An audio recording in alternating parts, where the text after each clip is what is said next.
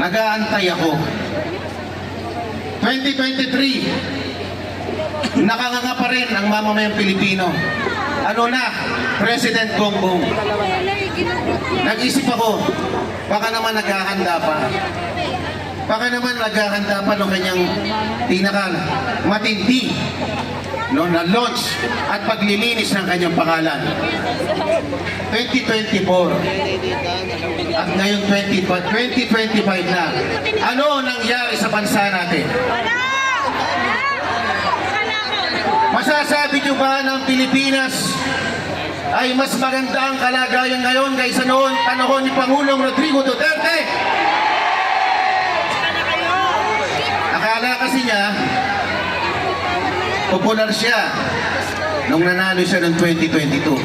Hindi niya alam, nanalo lang siya dahil siya'y umangkas kay Sara Duterte. Hinihintay natin ano bang gagawin niya sa bagong Pilipinas. Yung pala, naging mistulang bagoong Pilipinas. Kala ko may gagawin siya para sa ating bansa. Wala naman pala. Mas gusto niya lang palang namamasyal, nanonood ng Formula 1 Grand Prix racing sa iba't ibang bansa. Ano ba naman ito? Ito ba ang gusto natin na Pangulo? Akala siguro niya, 2022 nga nanalo ko. 37 years nang sinira ang pangalan ko, nanalo pa rin ako. Dadaanin ko lang ito sa magandang marketing at social media. Makakabalik na naman ako. Tama ba yun? Papayag pa tayong mga Pilipino?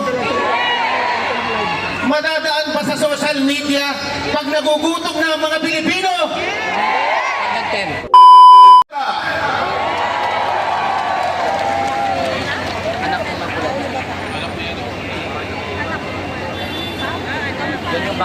Magandang gabi po sa inyo lahat, mga kababayan. Ako po ang panganay na anak po ni Senator Dante Marcoleta, ang tinaguriang pambansang simangot. Nalalo naman ngayon ay talagang sumisimangot dahil sa mga nangyayari ngayon. Kung siya ganito kalalim ang kunot, mas lalong lumalim ang kunot niya sa noo dahil sa mga pinaggagawa ng administrasyong ito sa ating mahal na Pangulo. Sino po sa inyo dito ang nabudol?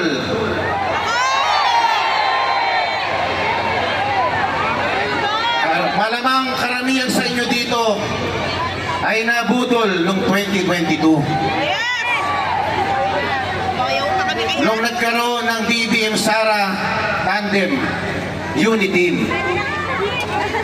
Akala natin si BBM will redeem their name because for 37 years ay sinira ng kanilang mga kalaban sa politika. Sabi nila, never again. 37 years silang sinisira ng mga kalaban.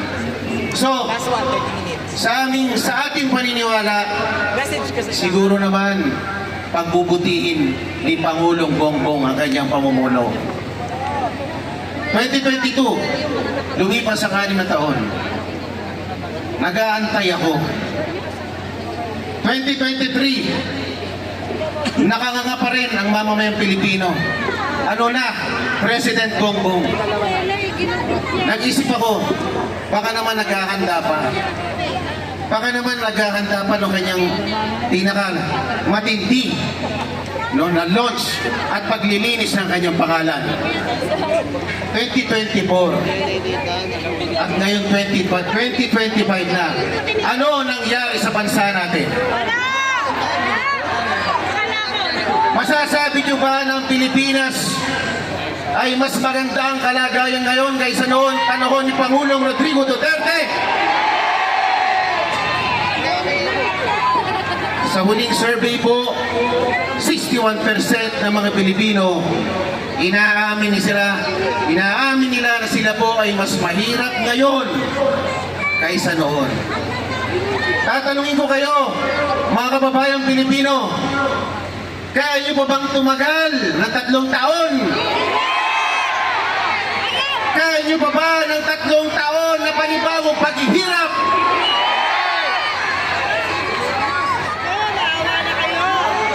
Akala kasi niya, popular siya nung nanalo siya ng 2022.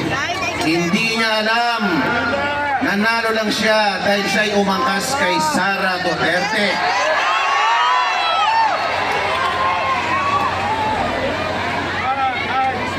Hinihintay natin ano bang gagawin niya sa bagong Pilipinas.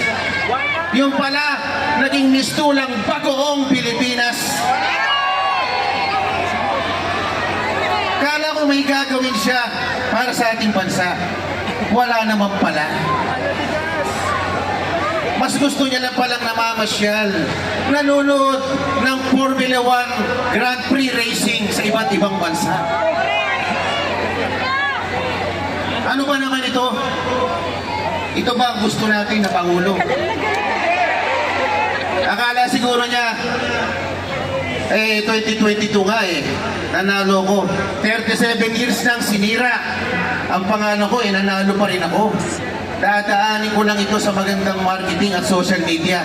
Makakabalik na naman ako. Tama ba yun? Papayag pa tayong mga Pilipino? Madadaan pa sa social media pag nagugutom na ang mga Pilipino? 710. Hindi siguro. 710. Matalino ang mga Pilipino. Okay. Sorry, I'm carried away, Ma'am Hana. Ang sasabihin ko lang po, gaano man kadilim ang panahon ngayon, hindi mananaig ang masama hanggang sa dulo. Sa huli, magtatagumpay ang katwiran at kabutihan. Maniniwala ba kayo na sa dulo ay lalayatin ang ating pinakamamahal na Pangulo ng bansa na si Pangulo Duterte? Ako po, bilang isang simpleng mamamayan, nananawagan po sa mga kawani ng gobyerno, sa mga pulis na nagbabantay sa atin ngayon, at sa mga kasandaluhan ng Pilipinas. Your loyalty belongs to the country and the Constitution. Ipaglaban nyo ang kapakanan ng bayang Pilipinas. Itaguyod nyo ang kapakanan ng mamayang Pilipino. Magandang gabi po sa inyong lahat at maraming salamat po. Maraming salamat, Ginoong Paolo Marcoleta, sa mga